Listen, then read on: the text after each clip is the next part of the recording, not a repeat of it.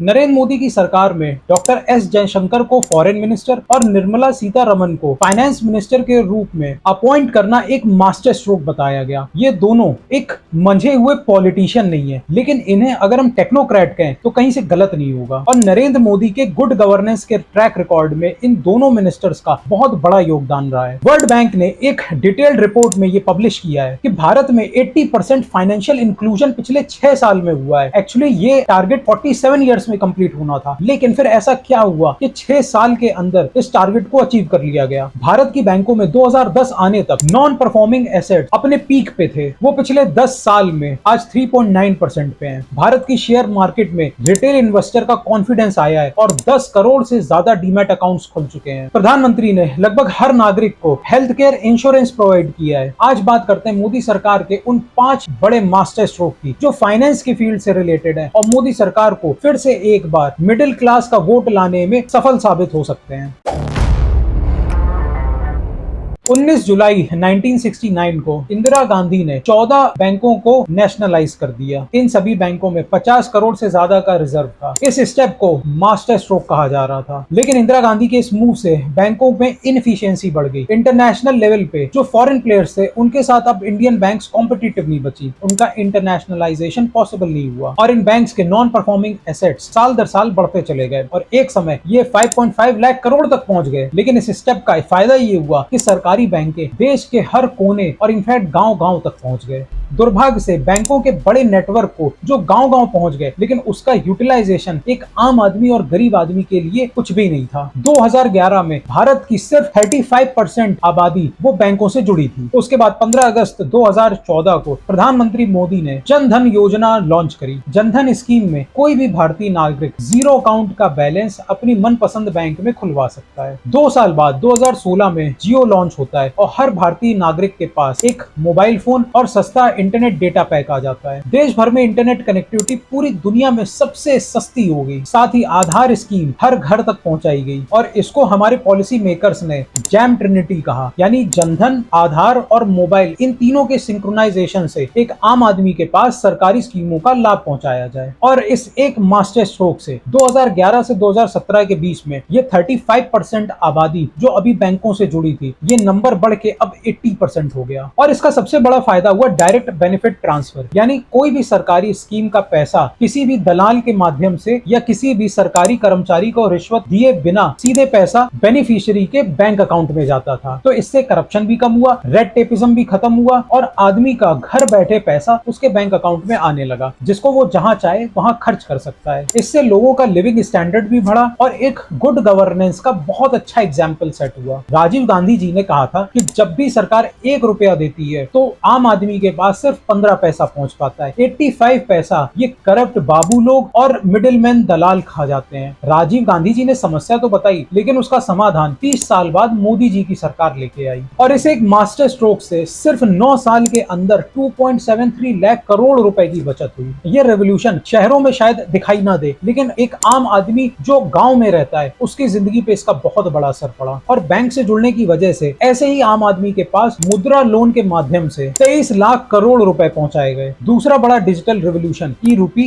UPI और रुपए के माध्यम से मोदी सरकार लाई। ई रूपी एक डिजिटल करेंसी है जो 2021 में मोदी सरकार ने लॉन्च किया और ये अभी आम आदमी तक बहुत ज्यादा पॉपुलर नहीं हुआ है। फिलहाल इसका यूज सरकारी स्कीमों के डायरेक्ट बेनिफिट ट्रांसफर के रूप में किया जा रहा है। साथ ही कॉर्पोरेट गिफ्टिंग और पेरोल में भी ई रूपी का इस्तेमाल हो रहा है। ई रूपी का सबसे बड़ा फायदा है कि यहाँ ना बैंक अकाउंट की जरूरत है ना इंटरनेट कनेक्शन की। तो ये पॉलिसी रूरल इंडिया में जहाँ पे इंटरनेट की कनेक्शन सही नहीं है या स्लो है और जहाँ पे बैंक अकाउंट्स आज भी नहीं है लोगों के पास, वहाँ पे ई रूपी बहुत बड़ा मास्टर स्ट्रोक फ्यूचर में साबित हो सकती है। आपने अपने डेबिट कार्ड पे कभी अगर गौर किया हो तो वहाँ पे आपको दिखाई देगा वीजा या मास्टर कार्ड, साथ ही कहीं कहीं पे आपको रुपए भी दिखाई देगा। आप जब भी अपने कार्ड को स्वाइप करते हो, मास्टर कार्ड और वीजा ऐसे पेमेंट प्रोसेसिंग नेटवर्क हैं जो शॉपकीपर से 1 से लेके 3% तक प्रोसेसिंग फीस के रूप में लेते हैं और इसको मर्चेंट डिस्काउंट रेट कहा जाता है। साथ ही बैंक्स भी इन नेटवर्क को कुछ एनुअल फीस देते हैं। इन अमेरिकन प्रोसेसिंग नेटवर्क्स पे अपनी डिपेंडेंसी कम करने के लिए रुपे आया। रुपे का फायदा ये हुआ कि शॉपकीपर्स को अब कोई भी मर्चेंट डिस्काउंट रेट नहीं देना पड़ता है, साथ ही में बैंक्स को कोई एनुअल फीस नहीं देनी पड़ती है। क्योंकि रुपे एक इंडियन कंपनी है तो सारा डेटा भी एक इंडियन सर्वर में रहता है, जबकि मास्टर कार्ड और वीजा का सारा डेटा अमेरिका के पास चला जाता है। 2012 में जब सरकार ने रुपे के डेबिट कार्ड्स लॉन्च किए थे तब इनका मार्केट शेयर सिर्फ 0.6% था। यह सिलसिला 2014 तक बना रहा, लेकिन जनधन योजना आने के बाद जो भी बैंक अकाउंट्स इस योजना के तहत लॉन्च किए जा रहे थे उन्हें रुपे डेबिट कार्ड्स दिए गए। 2017 तक रुपे 15% मार्केट शेयर पे आ चुका था। गवर्नमेंट के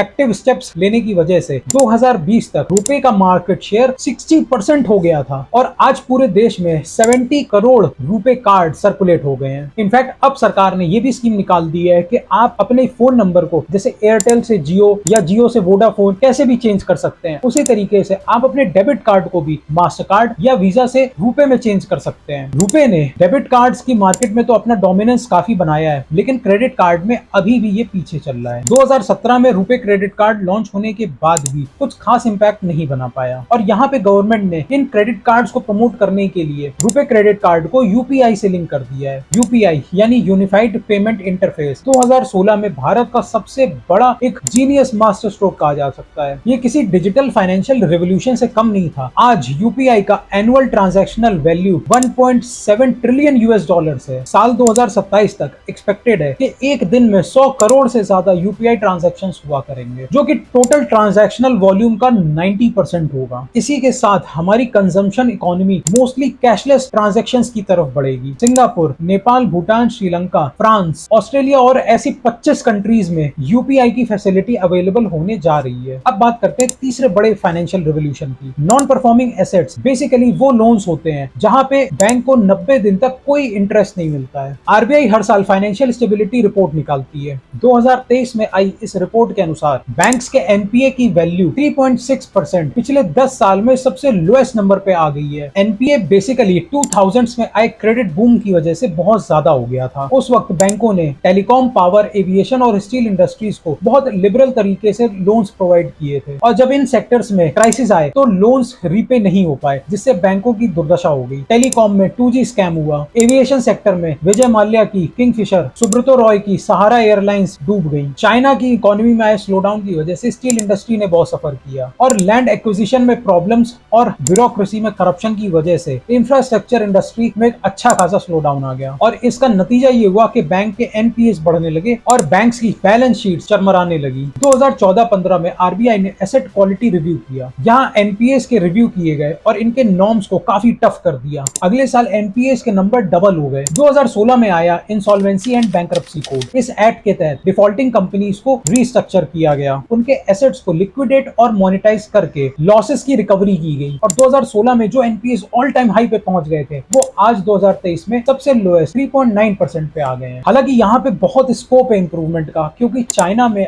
आज भी एनपीएस सिर्फ 1.8% है और डेवलप्ड कंट्रीज में ये नंबर हमेशा 3% से नीचे रहता है। लेकिन आज भी प्रॉब्लम ब्लैक मनी की सॉल्व नहीं हुई है। 2012 में 6 लाख करोड़ रुपए इलीगली भारत से बाहर ले जाया गया। साल 2016 में डिमोनेटाइजेशन ब्लैक मनी की कमर तोड़ने के लिए लाया गया, लेकिन फिर भी ग्राउंड पे रियलिटी ज्यादा बदली नहीं। 2021 में स्विस बैंक्स में इंडियन फंड्स की संख्या 30,000 करोड़ से भी ज्यादा है, जो कि पिछले 14 साल का रिकॉर्ड हाई है। हालांकि भारत ने स्विट्जरलैंड के साथ एक पैक्ट साइन किया है जिसके तहत फाइनेंशियल इंफॉर्मेशन शेयर की जाएगी, लेकिन फिर भी ग्राउंड पे कुछ बहुत ज्यादा फर्क नहीं दिखाई दिया है। तो यहाँ पे मोदी सरकार का इस क्षेत्र में एक नंबर तो जरूर कटेगा। अब बात करते हैं चौथे बड़े स्टेप की, जो कि हेल्थ इंश्योरेंस के फील्ड में मोदी सरकार ने लिया। एक आम आदमी जब हॉस्पिटल तक पहुंचता है और किस तरीके से उसे डॉक्टर्स और हॉस्पिटल का इंफ्रास्ट्रक्चर लूटता है, मनमाने पैसे ऐंठता है, इस प्रॉब्लम को सॉल्व करने के लिए 2018 में मोदी सरकार प्रधानमंत्री जन आरोग्य योजना लेके आती है।